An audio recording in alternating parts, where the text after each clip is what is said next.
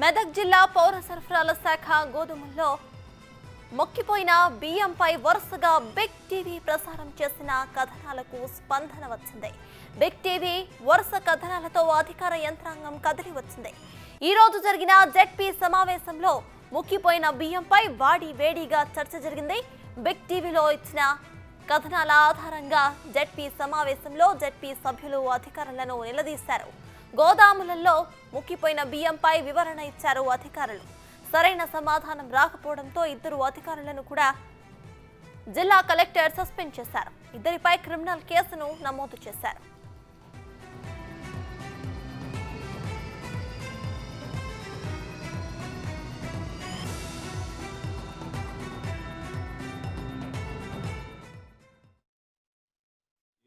సంచుల కుంభకోణం జరిగింది.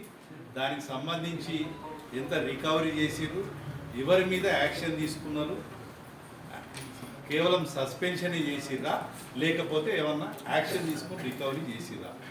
Number 1 question. నంబర్ 2, ఈ మధ్య పీడిఎస్ ఏదైతే గ్రామాలకు ఎమ్మెల్యేస్ పాయింట్కి వెళ్ళాల్సిన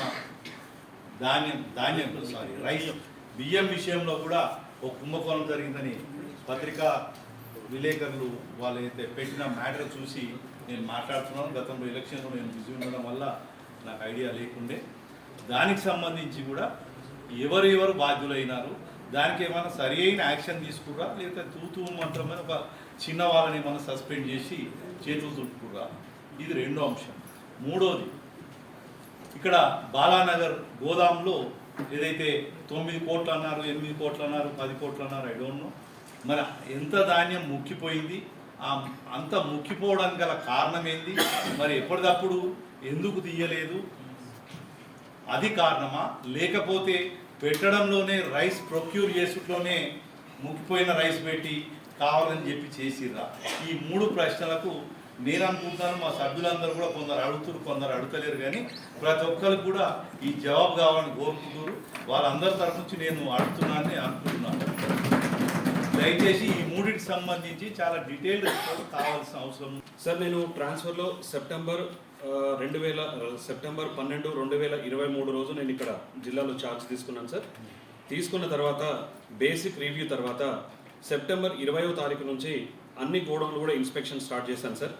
ఇన్స్పెక్షన్లు స్టార్ట్ చేసిన తర్వాత ప్రతి ఒక్క గోడౌన్లో కూడా స్టాక్ పొజిషన్ ఏముంది, వీళ్ళు రికార్డులు ఎప్పటివరకు అప్డేట్ చేశారు, ఆన్లైన్ ఎంతవరకు జరిగింది, దాని ప్రకారం స్టాక్ పొజిషన్ కరెక్ట్ ఉందా లేదా, అదేవిధంగా ఎంఎల్ఎస్ పాయింట్లలో ఉన్నటువంటి కాంటాలు కరెక్ట్గా పనిచేస్తున్నాయా లేదా, దానికి సంబంధించిన స్టాంపింగ్ జరిగిందా లేదా, ఒకవేళ స్టాంపింగ్ జరిగితే ఎప్పుడు జరిగింది, జరగాల్సి వస్తే ఎప్పుడు జరగాలి, ఎంతవరకు డ్యూ ఉంది మనం.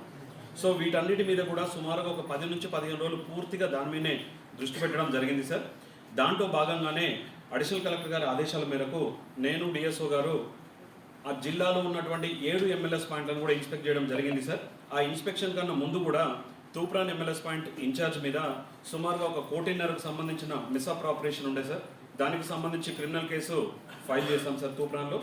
దాని తర్వాత సెప్టెంబర్ 21వ తారీఖు నుంచి మేము ఇన్స్పెక్షన్ స్టార్ట్ చేశాం సార్. దాంట్లో భాగంగానే మేము ఎంఎల్ఎస్ పాయింట్ ఇన్స్పెక్షన్లో చేసిన 7 ఎంఎల్ఎస్ పాయింట్లలో 3 ఎంఎల్ఎస్ పాయింట్లలో మాకు తేడాలు కనపడ్డాయి సార్. అందులో ఎంఎల్ఎస్ పాయింట్ మెదక్కి సంబంధించి సార్ సుమారుగా 3627 క్వింటాళ్ళు ఉండాల్సిన దానికన్నా తక్కువ ఉంది సార్.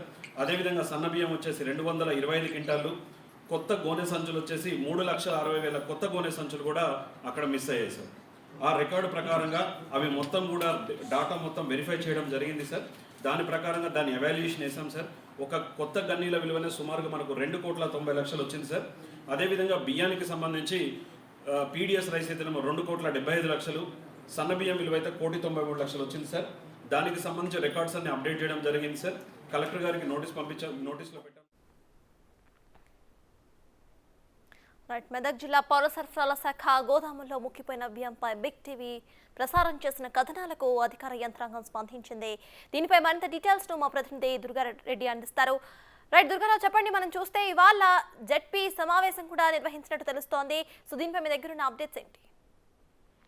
ఇక మనం మెదక్ జిల్లా సంబంధించినట్లయితే గోదాముల్లో ముక్కిపోతున్న బియ్యం అని చెప్పి బిగ్ టీవీ వరుస కథనాలతో యంత్రాంగం అంతా కదిలింది. ఈ రోజు జడ్పీ సమావేశంలో వాడి వేడిగా చర్చ కొనసాగుతుంది. దాంట్లో భాగంగానే బిగ్ టీవీలో వచ్చిన కథనాలపై అదేవిధంగా ఎమ్మెల్సీ శేరు సుభాష్ రెడ్డి వివరణ కోరగా అతనికి సంబంధించిన సివిల్ సప్లై అధికారి కూడా ఆ గోదాముల్లో ఎప్పుడైతే 2,900 క్వింటాలు బియ్యం ముక్కిపోయినాయి, పనికి రాకుండా పోయిందని చెప్పి బిగ్ టీవీలో వచ్చిన కథనాన్ని వాళ్ళు చూడడం జరిగింది. దాంతో పాటు దానికి ఎంత సుమారు 10 కోట్ల రూపాయలకు నష్టం జరిగిందని చెప్పి ఆ ఇద్దరు అధికారులను సస్పెండ్ చేసి రికవర్ పెట్టాలని చెప్పి కేసు నమోదు చెప్పడం జరిగింది. దాంతో పాటు ఇక్కడ రామంపేట చేకుంట మరో ఇద్దరు కూడా 3,50,000 గోనె సంచులు అమ్ముకున్నారు. అవి లెక్కలు తేలలేదు.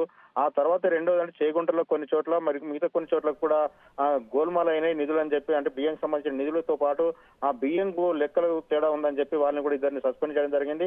ఇద్దరి మీద క్రిమినల్ కేసు నమోదు చేశారు. మరో ఇద్దరి మీద సస్పెండ్ చేసి రికవర్ కోసం వాళ్ళ మీద యాక్షన్ తీసుకునే సిద్ధమవుతున్నట్టుగా మనకు సమాచారం వస్తుంది. ఇప్పుడైతే ఇంకా కొనసాగుతుందని చెప్పవచ్చు. ఇది జరిపి సమావేశంలో ఎప్పుడైతే బిగ్ టీవీ వరుస కథనాలపై బియ్యం గోల్మాల అవుతున్నాయని చెప్పి ఎప్పుడైతే మొదలు పెట్టిందో ఆ రోజు నుంచి నేటి వరకు దాదాపు ఒక 20 రోజుల నుంచి ఈ కథనాలు ఎంబడవడంతో ఆ జడ్పీ సమావేశం ఇచ్చిన జడ్పీ సభ్యులు అదేవిధంగా జడ్పీ సమావేశంలో అధికారులను శేరు సుభాష్ రెడ్డి వివరణ కోరగా ఆ సివిల్ సప్లై అధికారులంతా క్లియర్ గా వివరణ ఇవ్వడం జరిగింది. దాంతో పాటు గతంలో ఎవరైతే ఇక్కడ పనిచేసి వెళ్ళారో అక్కడ 2000 అంటే దాదాపు 3 సంవత్సరాల నుంచి పనిచేసిన వాళ్ళంతా కూడా ఈ యొక్క దీనిలో పాత్ర ఉందని చెప్పి ఒక ఆపరేటర్ అదేవిధంగా ఆర్డీఓ సంబంధించిన అధికారిపై కూడా వేడి వేసే అవకాశాలు అయితే కనిపిస్తున్నాయి మనకు.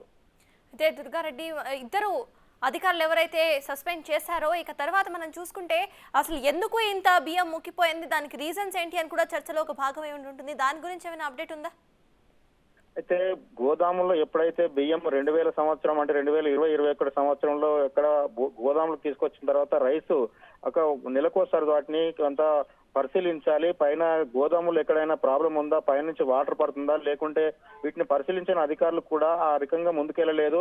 ఆ గతంలో మనకు 3 సంవత్సరాల నుంచి అధికంగా పంట వస్తుంది, గోదాములు కాలు లేవని చెప్పి ప్రైవేట్ గోదాములు వాళ్ళు టెండర్ వేసి తీసుకోవాలి, లేకుంటే ఒక బ్యాగ్ ₹4.13 కట్టించి ఇవ్వాలి గోదాం. అట్లాంటిది కాకుండా టెండర్ లేకుండానే ఆ మెదక్ సంబంధించిన ఆ రోజున్న ప్రజాప్రతినిధులు అదేవిధంగా జిల్లా కలెక్టర్ కూడా ఆ నిర్ణయం తీసుకోకుండానే ఎవరు అడిగితే వాళ్ళకి ఇవ్వడము, వాళ్ళకి ఇప్పటి వరకు రెంట్ చెల్లించలే అని చెప్పి మనం చూసిన ఆ 2,900 క్వింటాల బియ్యం ఎక్కడైతే పనికి రాకుండా ముక్కిపోయినాయో అతనికి ఇప్పటి వరకు కూడా రెంట్ చెల్లించలే. అతనికి రెంట్ కూడా 10 లక్షల రూపాయలు బాకీ పడ్డారని చెప్పి అతను కూడా మనకు వివరణ చెప్పడం జరిగింది. దాంతో పాటు దాదాపు జిల్లా వ్యాప్తంగా మెదక్ జిల్లాతో పాటు మిగతా రాష్ట్ర వ్యాప్తంగా కూడా చాలా గోదాముల్లో ఇలాంటి ముక్కిపోయిన బియ్యం ఉన్నాయని చెప్పి వివరాలు కూడా సేకరించాలని చెప్పి బిగ్ టీవీ మనము కలెక్టర్ వివరణ కోరితే తర్వాత దాటేస్తామని చెప్తున్నారు.